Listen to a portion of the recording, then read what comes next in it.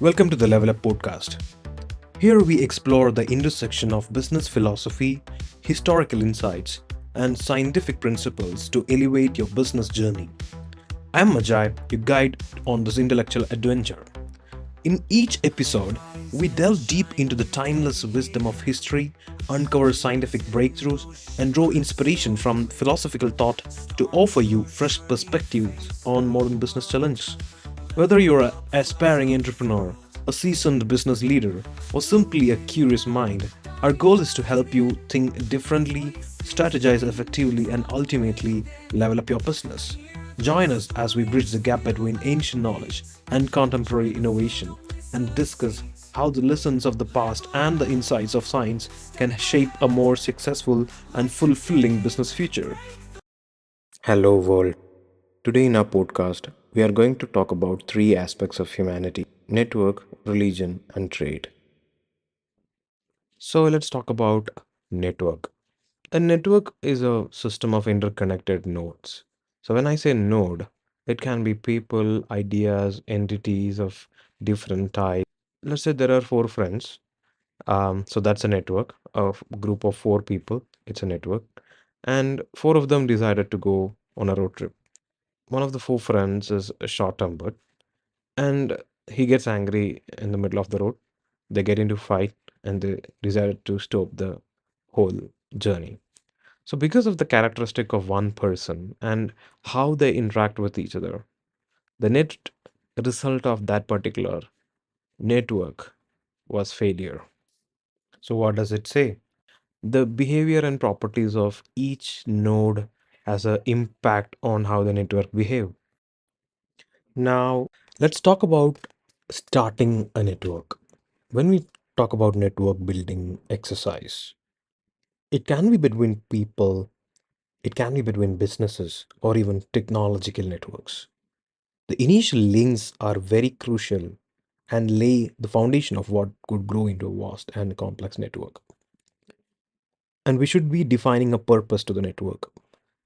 Any successful network you take out there, it have a clear purpose or rather a clear goal. It can be sharing knowledge, providing a service, facilitating trade, or whatever. The purpose drives the creation of first connections and attract others who share the same goals. So it is very important for you to define the purpose of the network in the very beginning. Then the next important point is building trust and value. In early stages, trust and value are key. Any participant in the new network need to see that the benefit of being connected is there.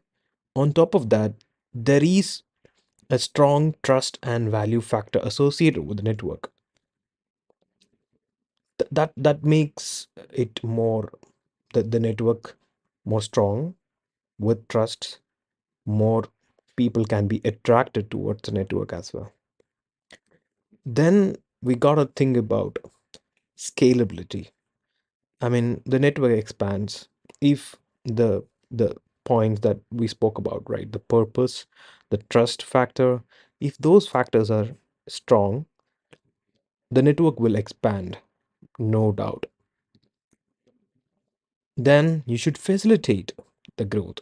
The network that you've created should have a scalable factor associated with it. You should define how you should be scaling the network.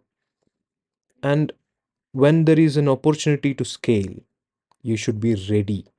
There shouldn't be any delays when it comes to scalability. You can start small, but always think big. Don't think that the network that you're building today, it will stay like that forever. You never know. Organic growth is crazy. If you have a strong purpose, if you are building trust and values generated, and if you facilitate scalability, believe me, the network is just gonna grow very quick. So, whenever you're starting any network, start small but think big.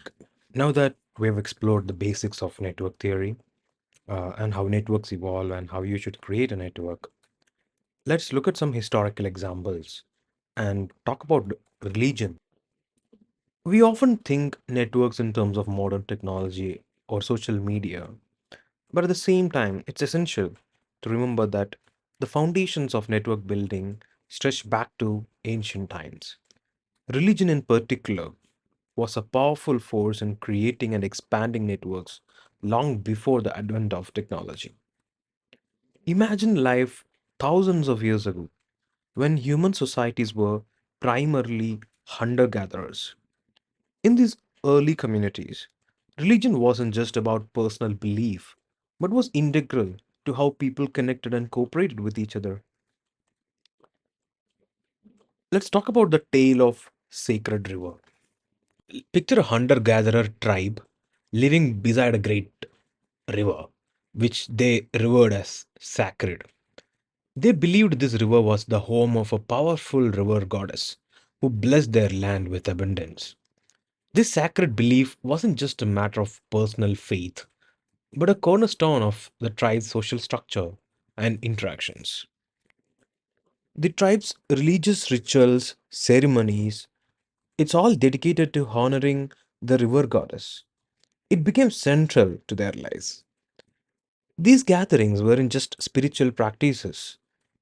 It was key social events that brought them together, and the members of this tribe will interact with the neighboring tribes who shared the same beliefs.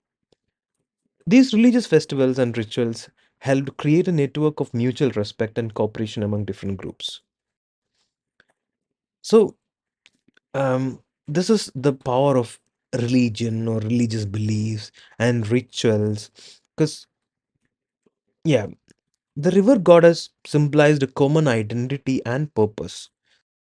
The soul of that network was the sacred river. The reason that they all came together was the belief, the abundance, the blessings. Religion is a very powerful force in shaping the networks. And as you can see, there is a sharing of resources, goods associated with religion. So, network, religion, and now trade. So, let's talk about trade. So, trade began as a human activity driven by the need for resources and goods that were not readily available in one's local environment. Early trade was relatively simple. Barter systems, people exchanged goods directly. So rather than just thinking about agriculture and thinking about feeding their own communities, people started to think about how they can create goods that's interesting to not just their own communities, but also to other communities in different regions, in different countries as well. So let's imagine the other side of things, right? What if there is a world without trade? Every community will have uh, definitely, every community will be self-sufficient. Let's say ideally, right? All the communities in the world are self-sufficient. They're producing the goods and services it needs locally. But think of the diversity in products and experiences. Each community would have only access to the local resources. The technological progress will be so slow. The exposure, the lack of exposure between ideas, the stagnation of economic, uh, there will be no growth, opportunities. There will be very limited opportunities. So let's go back, right? Let's talk about the ancient times. In ancient times, trade networks were established among major trade routes.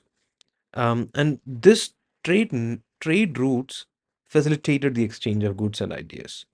So civilizations grew. Along with that, religion as well played a big role. Because when trade was important, so was the religious beliefs. The sharing of religious beliefs started. along, let's say, a group of people traveling distances for the sake of trade, they started preaching their religion to these new regions, to these new places. So the religions started to expand. So, and if you think about the biggest religions in the world today, these are primarily driven by trade. People who went from their own locality to other localities for the sake of trade are the ones who spread their religion to the new places. Today's global trade. So today's global trade networks are much, much more complex. There is an intricate supply chains, there are digital platforms, there are networks like financial systems, transportation, logistics, e-commerce platforms. So there is like a seamless movement of goods and services across the world. But even today, religion continues to influence trade in various ways. For example, the ethical considerations. There are still countries considering their religion first, and the consumer behavior and the business practice of that country will be aligned to the religion that country is following. And the festivals is a big event. Festivals and events are points where goods and services move the most. So even now, people gather together, people celebrate due to religions up to an extent, right? Like most of the folks, the reason for people to celebrate is primarily religion. If you start thinking about the modern trade, it's deeply intertwined. The religious and cultural systems are deeply intertwined. You got to look at global holidays, there are religious observances, and market trends are very much affected by the religious aspect. At the same time, you will find multinational companies navigating through cultural and religious context, because when a company is operating in different diverse markets, they've got to understand the religious aspects of the specific regions that they are working on or they're serving. So trade is vital, um, religion is vital, and more or less networks. It's all about networks. So when we talk about business, when we talk about modern day business, you gotta think that you are creating a network.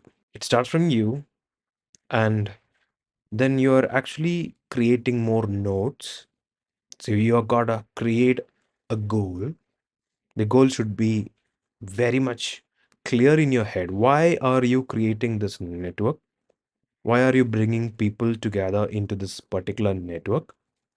How are you aligning the people's mind? How are you able to convince the people to stay within the network? And let's say if there is a scaling option, let's say if you're scaling the network, what's the ground rules? It cannot be chaotic, it cannot be organic. You got to set the rules in terms of the the growth of your network. You've got to understand the religious and cultural importance of the people in your network, so that the conflicts are less. If you want to include people from different religions and sects into your network, you got to understand their cultural beliefs, you got to understand their religious beliefs, how they work, what's their priorities, what's their preferences, and also you've got to think about the trade. What kind of resources, what kind of goods, what kind of services are you moving? So, network, religion slash culture, and trade. These three things, you gotta consider these three things as the pillars of your business plan.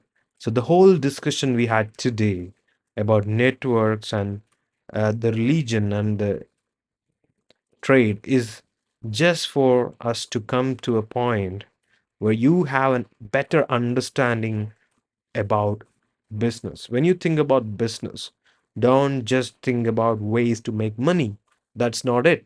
It's not just, investing some money into something and you're making some money.